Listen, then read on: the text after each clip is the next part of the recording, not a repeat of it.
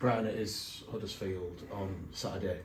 Spoke to Luke Robinson and looks like Gagai, Sutcliffe, Milne, Murchie, Burgess, because there's going to be a big test for you on Saturday. How are you? Fantastic. You looking forward to it? Very much so. Every club, not just our club, should have the aspiration to play at a higher level. As a coach of the international team, I always wanted to play Australia every week, because you don't know where you are until you play Australia, or latterly New Zealand. Now we've got a lot of Pacific Islands, so that equation changes slightly. But what I would say is that this is a Super League club that are getting ready for a season themselves, and I think it's a great hit out for both teams.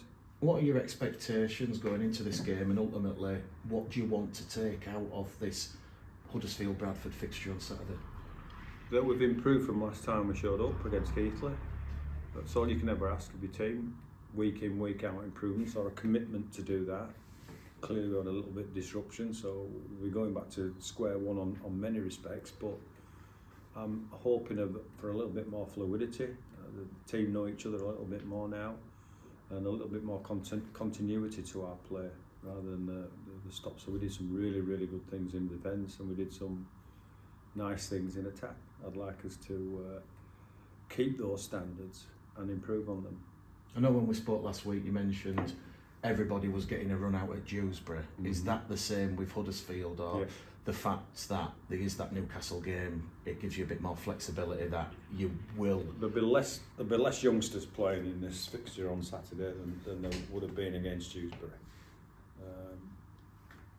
Two things: the quality of the opposition and the quality of our squad. We need to look at everybody. We need to see how they play, because we train really, really well, but we don't get judged on how we train. We get judged on how we play. And it's really important that myself and Green pick the right team to complement the standard of the opposition. I think we've got a facility to roll the squad around once we get going, but getting going is the most important. A good start to the season is very important. You've mentioned you might be there or thereabouts with that 17 for that first competitive game against Doncaster. Is it fair to say there's still shirt numbers and places in that team for that Doncaster game available on the back of what happens this weekend? The 17 in my head might change dramatically by 6 or 7 or 8 places because of the nature of our squad. Now that's up to the players to give me that headache and give Greeny that headache. That's up to the players at the weekend. So that's the good position that we're in. I'm excited, and I want to be excited, and we should be excited about what everybody has to offer. We've got some talent within the group. I think the group likes each other, which is important too. And I think that they're very ambitious and hungry, and there's some of the things that a coach can't control, as somebody's desire, hunger, motivation, whatever you want to call it. But we've got a lot of hungry people, and I think that can only all go on. Clearly yourself and Lee Greenwood are driving the high standards in pre-season. Yeah. Is there any noticeable players, key players who are also having that influence on the squad, driving those high standards? Well, we've got several this year. You know, James Donaldson, Jade Knockenberg, Wonga Blake's come into the group and wants to be a leader, so he's very vocal. Jordan Lilly and Kieran Gill are not frightened of saying a word. Michael Lawrence, clearly, club captain. Everybody has an opinion within this group, and I think Joe Keys and Jimmy Meadows have shown why they want to be here. It's got that balance, but I give everybody a rider here. We haven't done anything yet. We haven't got out of the changing rooms to play a friendly, and so I'm really looking forward to Sunday, to measuring perhaps where we're at and where we're not.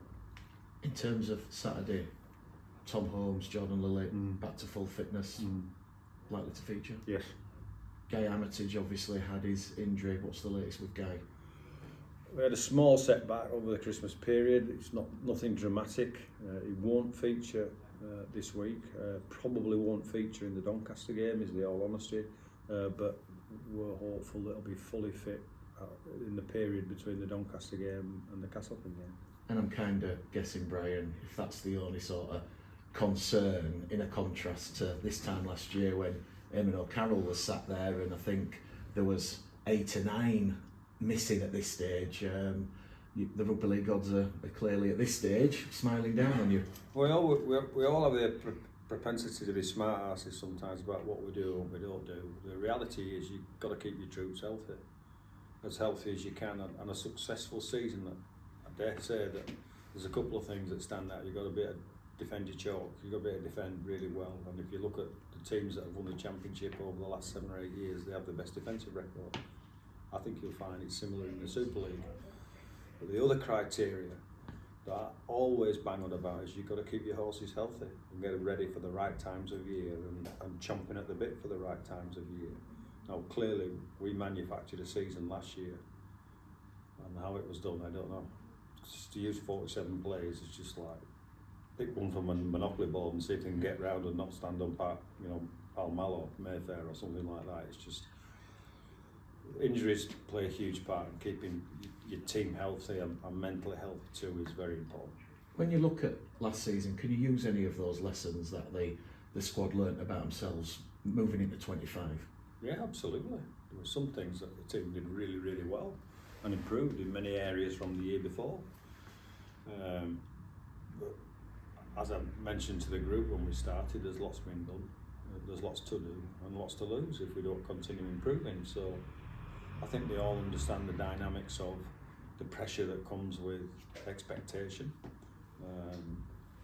However, we shouldn't lose our sight of having some fun and to enjoying this journey and making sure that we give our best shot anytime. So any field anywhere is our mantra. We have to play and we have to respect our opposition and be humble enough to understand that we got knocked off on some occasions last year where we shouldn't have got knocked off, but we won some games where we shouldn't have won games. We need that element of consistency and understanding and respect for the opposition that leads you to believe, well, we're going there with a chance, not only with a chance, but with a chance to be a good team. I know you said Michael Lawrence, James Donaldson wouldn't have featured if that Dewsbury game had gone ahead. Is this a green light, thumbs up, go out and enjoy yourself, boys? Yeah, what we consider to be our main first team squad will play this weekend, other than Guy Armitage, who we've said. So I consider it it's the biggest fixture, in the pre-season for sure. And just on the young players who some played really, really well against, Keith Leap, George Rayner, Alfie Leake with that try. How are you managing their expectations? Can we expect some of them to feature Saturday, or will we more than likely see them play Newcastle on the Sunday? Yeah, well, we don't put any expectations whatsoever on them. They should be putting expectations upon themselves. There's been a bit of a turnaround at the lowest level. I think we've got some talented youngsters. However, there's a cauldron that they have to go through, a cauldron of development that they have to go through, and understand that to get into this team at the very top, they're going to have to be top liners. Now, have we been having them with the first team for 6 or 7 weeks to see the standards? Of course we have, because we want them to be first team players. I want them to be our first team players. And do I think a couple are going to come through? Yeah, but it's really, really important that we don't overhype these people. They're in a development process, and good decisions will be made with them and about them. It is Bradford, Newcastle Sunday. Newcastle do have the dual reg agreement partnership, Brian. I'm guessing from a Newcastle point of view, Chris Foreman's going to be having a look at some of those young players and potentially after the game saying, I like the look of him and him. Is he potentially available for our League One campaign? Well, I know Spuggy really well, he should be, because of the situation that Newcastle are in, and that's not a criticism, that's just an observation. He should be, and I'd be making the phone red hot if I was him. If they've got this solid footing, they've re-established themselves. It's been a hit and miss environment for a while, hasn't it? I'm sure they're trying to do the right thing, but by the same token, we have to find places for our players to play where they're going to improve. So we will make that decision. It was the Challenge Cup draw last night, Brian. Were you watching it? I forgot all about it, I'll be honest with you. Greeny rang me and said, well, what do you think? I says, what about that? The meaning of life, the shape of the moon, the lunar eclipse? What do you mean, Greeny? He says, oh, we've drawn Castleford. But I refuse to either think about it or do anything with it. If you were speaking to me as a fan, I'd be, whoa, what an exciting clobber that's going to be. But it's not a reality until we have the very serious challenge of Doncaster, who I respect highly. I think we need to be very ready, and being very ready means getting this weekend right and then understanding the nature of the challenge next week. With that Dewsbury game being called off due to the adverse weather and the frozen pitch, does that affect, in your mindset, where you wanted the club to be? I mean, obviously after Saturday you'll know where Bradford are in terms of their readiness, but obviously you'd have liked to that Dewsbury game to go on. I'm reasonably pleased that it's been moved to in between the two Challenge Cup ties. You know, ideally, I probably would have tried to put it there anyway. I think this Huddersfield game is the best one for us. It's the best one to give plenty of game time to all of our players, with an expectation that we've got to be on our game. Otherwise, you know, you can get embarrassed by any Super League club. So, as I say, I'm really excited about this weekend. I think it's going to be a good hit out. And it'd be interesting to see where we're at. We'll neither panic nor be elated by whatever goes on, because we'll look at the pitches and we'll say, well, this is where we need to improve. It's about week in, week out improvement. At the start of the year, the weather generally turns, doesn't it? You know, for a summer sport, when you're playing in January and February, it could be a howling gale and wind and torrential rain, and as we've seen last week, feet at a foot of snow. So you have to be able to do some of the basic things in rugby league really, really well, and we're concentrating on that this weekend.